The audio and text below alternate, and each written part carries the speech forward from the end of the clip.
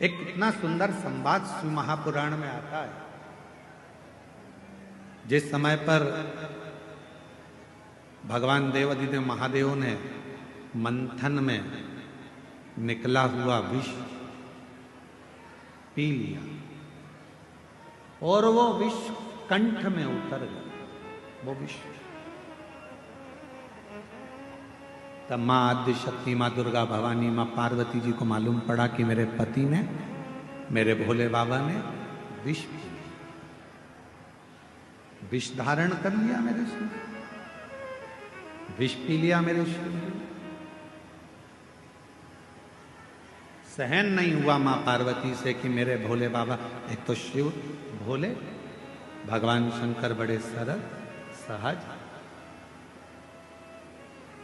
अच्छा एक बात और है, जो बहुत सीधा होता है, बहुत सरल होता है, बहुत भोला होता है, गाली भी उसी को पड़ती है, अपशब्द भी उसी को कहे जाते हैं, ताने भी उसी को दिए जाते हैं, और लोग जो बोलना है काम भी उसी से कराओ, अपशब्द भी उसी से कहो, ताने भी उसी को दो, सब काम वही करो। जो बोलने में बड़ा एक्सपर्ट होता है वो तुरंत पलट के जवाब दे देता है, हमसे फालतू बात करना मत ही, नहीं तो हमको देख ले। इसलिए आप लोगों से निवेदन है, भोले रहो भोले के सामने, पर कभी कभी मां जगत जननी का रूप भी तुम्हारे अंदर होना चाहिए। मां आद्य शक्ति की शक्ति तुम्हारे अंदर होना चाहिए। कभी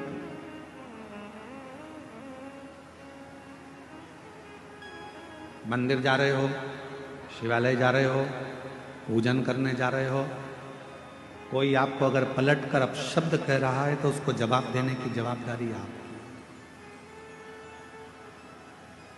ठीक नहीं है।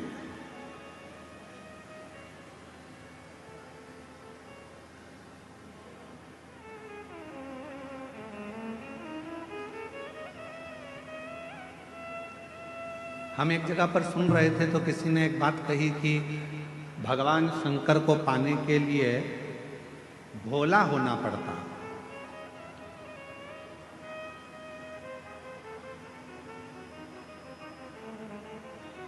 भगवान देवादिदेव महादेव को पाना है तो आपको बहुत भोला बनना पड़ेगा। हम किसी के सुन रहे थे तो उन्होंने कहा, पर हम कहते हैं, ये व्यासपीठ कह रही है, शिव महापुराण कथा वर्णन कर रही है, इतना भी भोला ना बनिएगा कि लोग आपको चूना लगाकर चले जाए। भोले बनो, हम मना नहीं करेंगे, पर इतना भोला ना बनिएगा कि लोग आपको चूना लगा दें।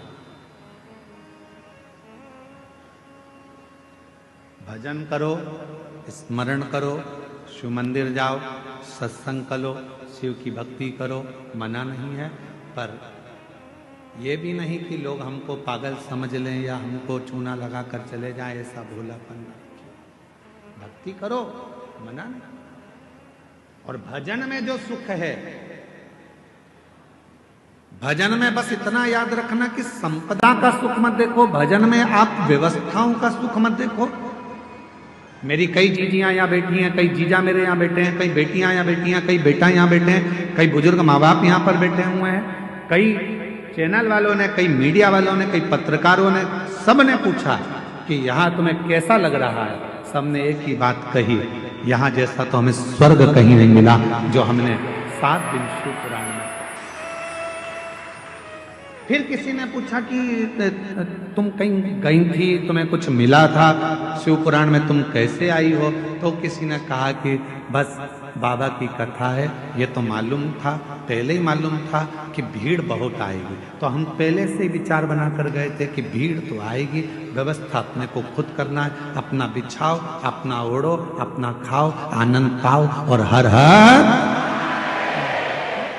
पर जो शिव महापुराण की कथा में, जो कुबेरेश्वर धाम से, ये कुबेर भंडारी की भूमि से ये शिव महापुराण की कथा जब किसी नगर में, किसी गांव में किसी क्षेत्र में, किसी खेड़े में, किसी कॉलोनी में, किसी सोसाइटी में, ये कुबेरेश्वर बाबा की ये पोथी जो कुबेर धाम से चलती है, सीहोर से चलती है, कुबेरेश्वर बाबा के दरवाजे से चलती है, तो ये लेने नहीं, तुम्हारे पास में देने